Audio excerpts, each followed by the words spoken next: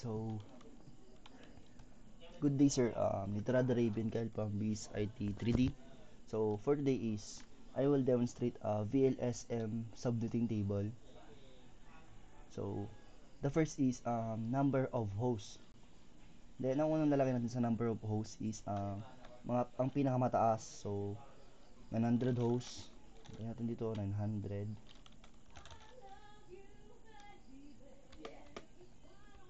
Then, 765. Then, 350.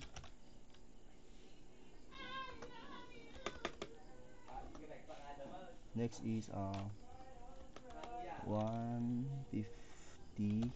So 150, 125, then 50. So naglagay na po ako. Tas sa R1, 2, 3 is so 2 ang nakalagay. So tapos next is ilagay natin yung IP address ng 900. So 192.168.0.0. So bago tayo magtakal sa network address, kunin muna natin yung theta at CIDR ng mga number of hosts. So, the 900. So, 900. Ang CIDR niya is 22. Then, the theta niya ay 0.0.4.0. 0.0.4.0. Tama ba? So, ayun. Then, 765. So, same lang din sila ng 900. So, copy na lang din natin to. Ayan. Tapos sa 350. So, 350. Ito, 23. 23 yung theta niya. Tapos, ang theta niya is 0.0.20.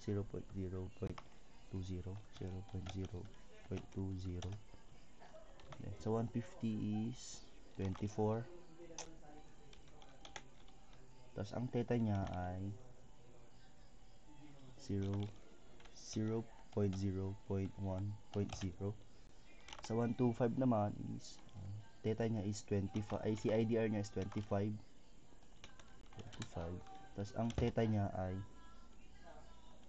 0.0.0.128.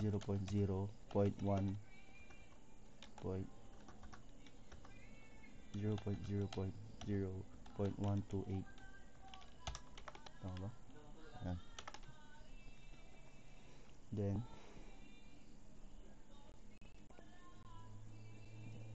sa next naman ay yung ito pala. Tapos to. So, 50 is CIDR ng 50. So, 26. 26. Tapos ang theta niya 0.0.0.64. Then sa 2, yun si 2, CIDR niya is 30. Tapos ang theta niya ay 0.0.0.4. So 2, same lang din sila. So copy na lang natin siya.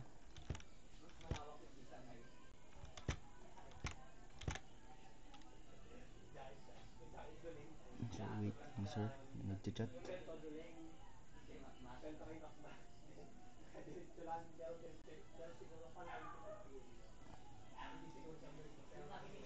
So yan. So first to do is then next is network address. So paano makukuha yung network address?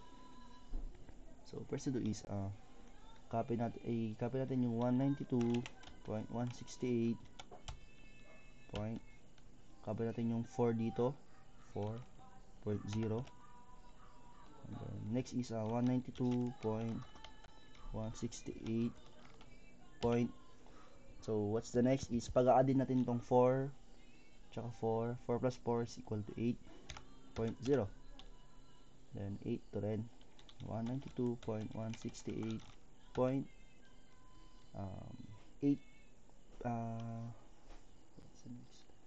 So 8 plus 2, so 10.0. Sa 125 naman, so yun din, ganun din lang. Pag-add natin to, 92.168.11.0. Tapos, kakopy natin tong 128 dito. Sa 50 naman is 192.168.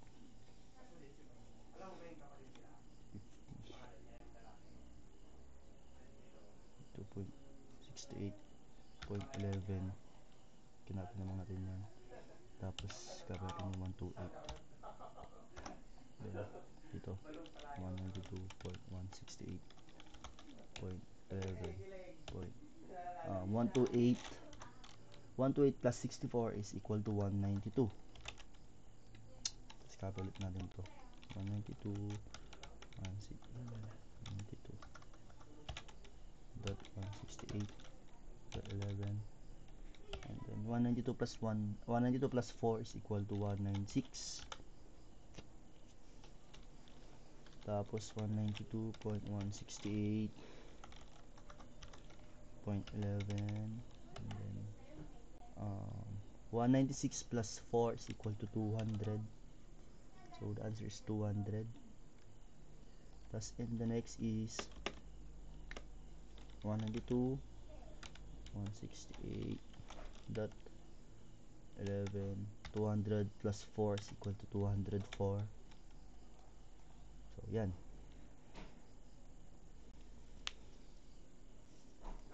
After the network address, so kunin natin yung yung siguro broadcast muna tayo.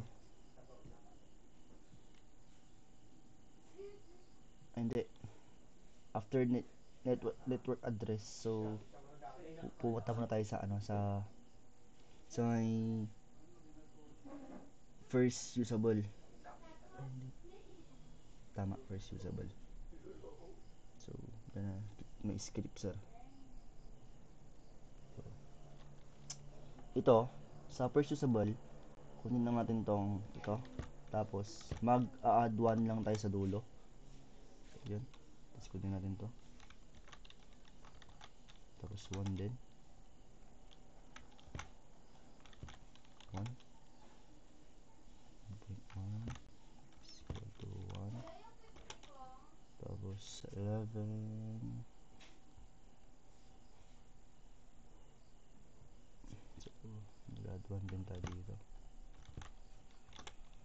Tapos sa 128, mag-add 1 lang tayo dito. So, as you can see, 128 po yung nakalagay dito. Palitan ko ng 129. Then, dito naman is copy na lang natin siya para mas mabilis, sir. Ah, 193 to 197 to 201. Ayan, 201. So, after the pagtapos ng first usable, go muna tayo sa broadcast. So, next is a broadcast to get this. Kunin natin yung IP address ng may script makikita.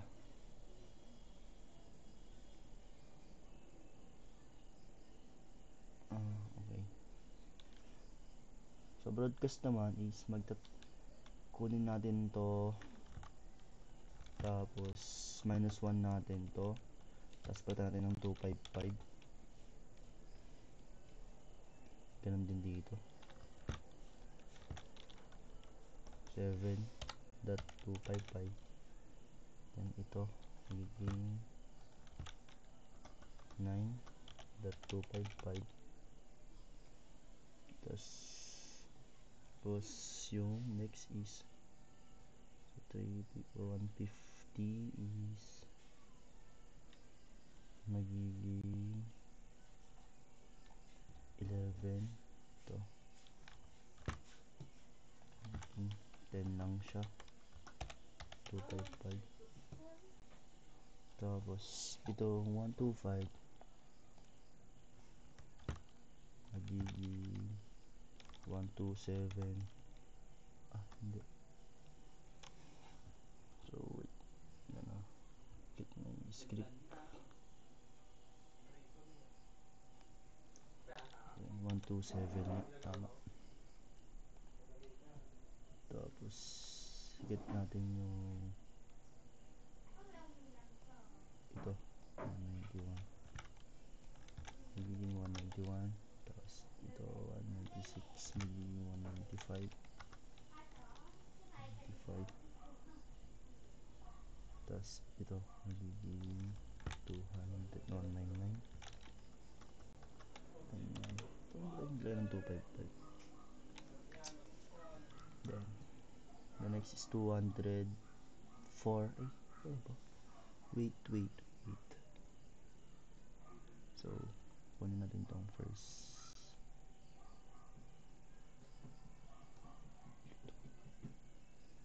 200. 200. 200.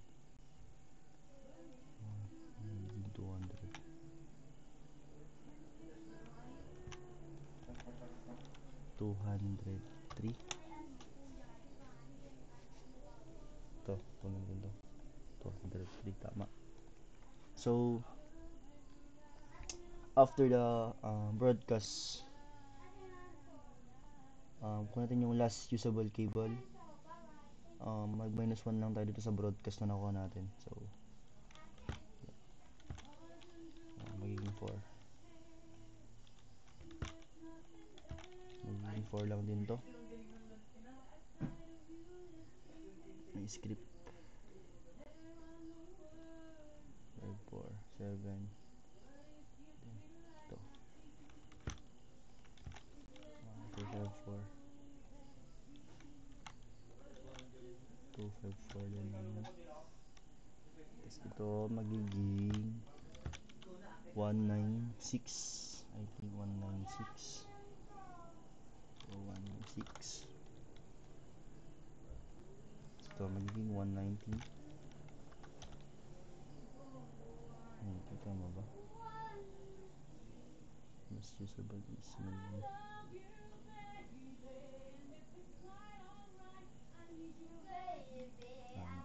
tapos ito magiging 194. Tapos ito 199. Is magiging 198. Ito 193 is magiging 192.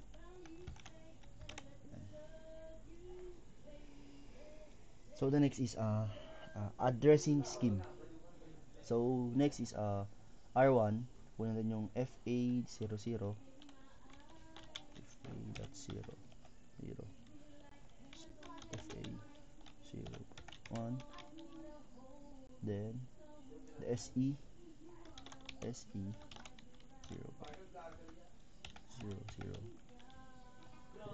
SE1 DCE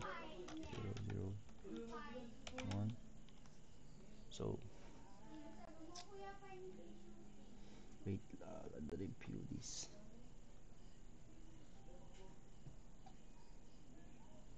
Sa R1, paano makukuha yung IP address niya? So itong R1 nakakonect siya sa PC1, hindi, 300 TPC. So kunin natin yung kunin natin ito.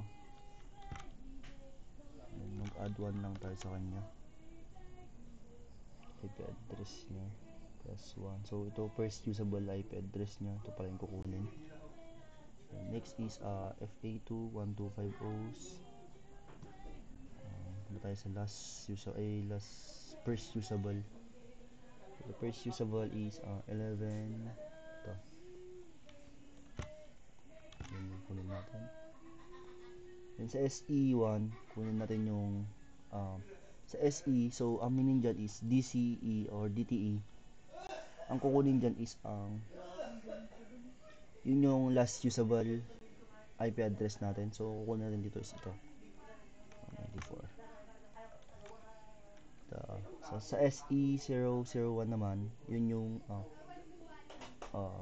first is first usable, I think. Wait lang.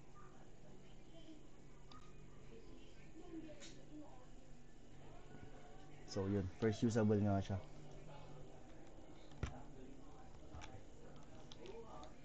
Then, let's go to the subnet mask naman niya is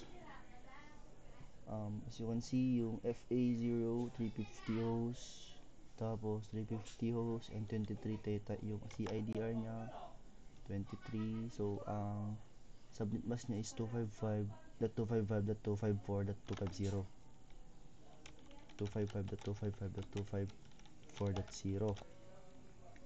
Sa FA01 naman, 125 host, 125, 25 CIDR. So, yun, 255.255.255.128.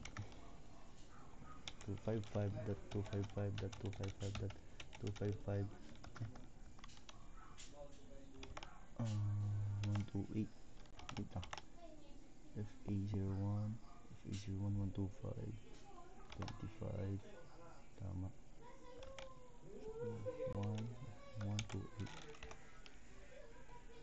Sa next naman is paano din makuha tong ito. Sa SE nya is same lang din sila nito eh.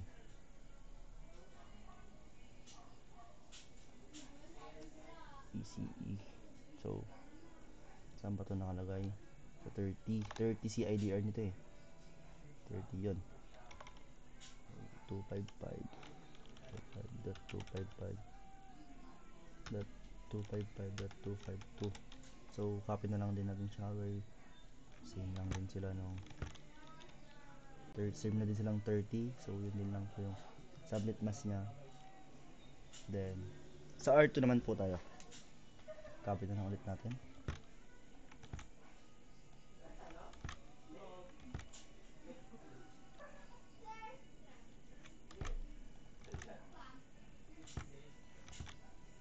So, R2. Ang IP address nya is, diba, first usable tayo. So, 765, ang IP address niya is first usable IP address. Meron dito. IP address. So, tama ba? Mali. 765 tama to. Tapos sa FA niya is 150 host. So, first usable na dito. Ayan. Sa SE niya naman, sa SE, wala siyang nakalagay. So, mangyayari dyan is, kunin natin itong, diba, DCE. So, kunin natin itong last usable niya. Yan. Tapos tapon natin dito. Tapos itong SE. So, ganun din. 200. Itong first usable naman. So, tama ba? Tama ka. 198.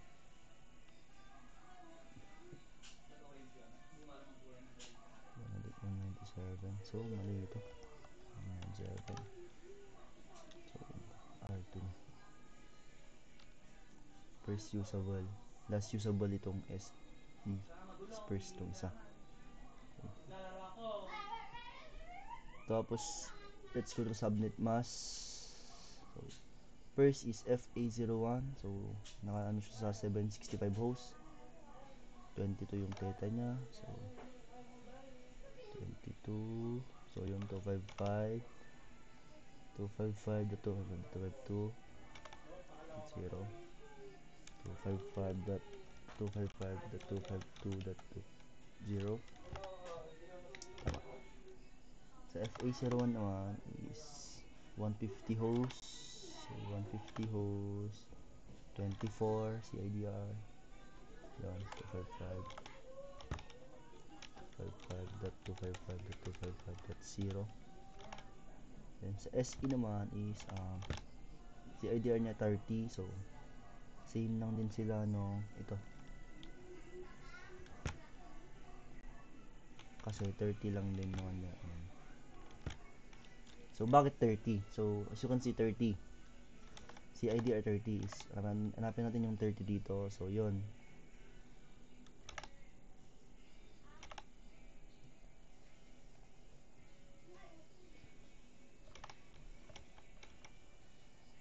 next is dito tayo sa R3.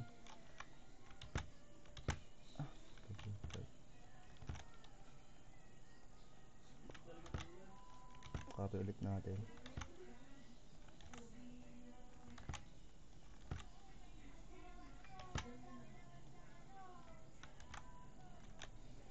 So sa R3 FA0, so ang FA0 900 hosts siya. So ang gamitin natin dito is yung first usable niya is yon.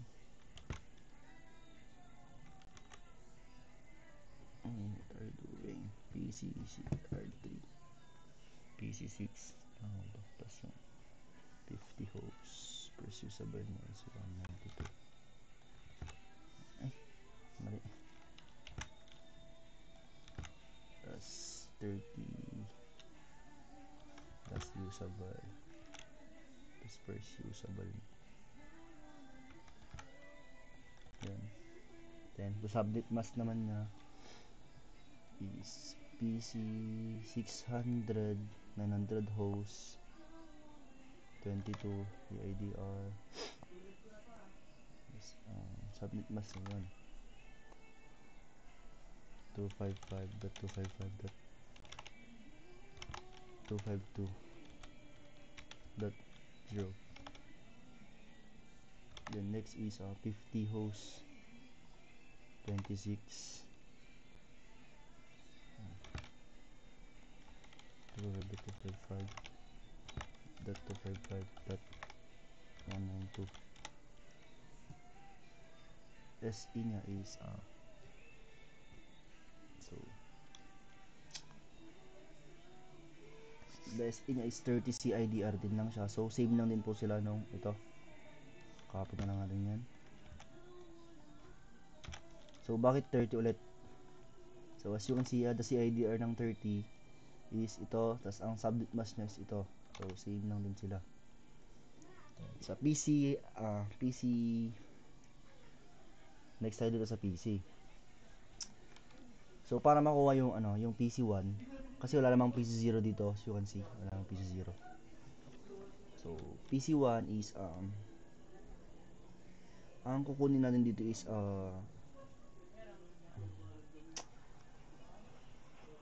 PC1 765 hosts. Kukunin dito is last usable IP address. So yun, last usable. So the PC1 is 765 hosts. So 765 hosts, last usable niya is yon. Copy natin, tapos yan. Tama ba ako? Sa PC2 naman 350 hosts, last usable niya is group. Tapos yan. Then mali.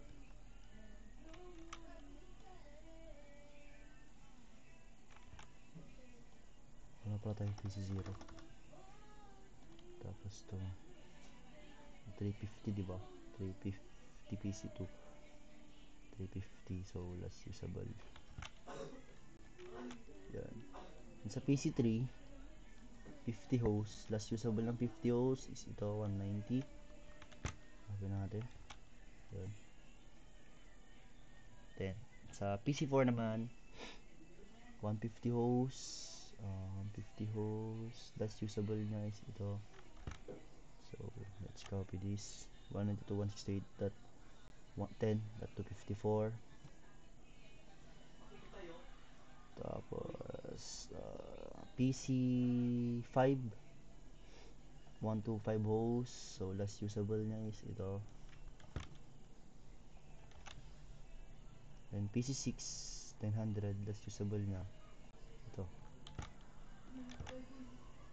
As you can see, yan po.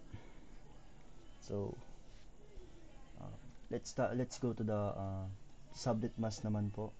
So the PC1 So PC1 is 765 host, 22 CIDR. So 22 CIDR, yon 255 .255 255.255.252.0. Tama. PC2 350 host, 23 CIDR. 10 CIDR niya yon 255.255.254.0. Tama, tama. Sa PC3 naman is 50 host, CIDR niya is 26. So yon 255.255.255.192. PC4 naman is PC4 150 host, so yung CIDR niya 24. Yan, 255 255.255.255.0. Tama.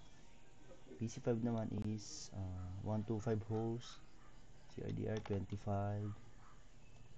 So ito 128.255.255.128. Then the next is PC6. So PC6 is the 900 host, tas yung CIDR niya 22. Ang subnetmask niya is 255 to PC6 255 255.252.0. So PC1 765. So same lang sila. So sa subnet next is subnet ay sa default gateway niya. So kunin natin yung ba't ko kunin dito. Ito una, first usable IP address ng 765. So PC1. Yan. Tapos the next is ito 350. Yan. Tapos next is 192.129 state 129. Ito PC.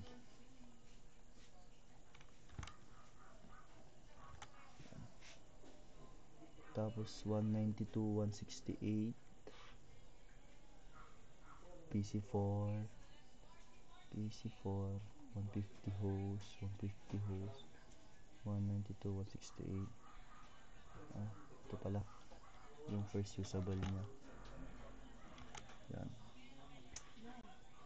Tapos next is a PC5. So PC5 is the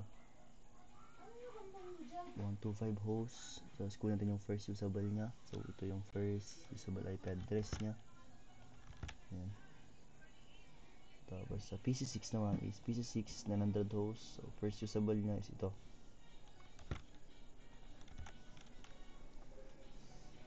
So the default gateway, makukuha ito sa first IP address. So like PC1, hanapin natin dito yung PC1. So 765 hosts. So first IP usable IP address niya. So yun din. So thank you sir and have a nice day sir.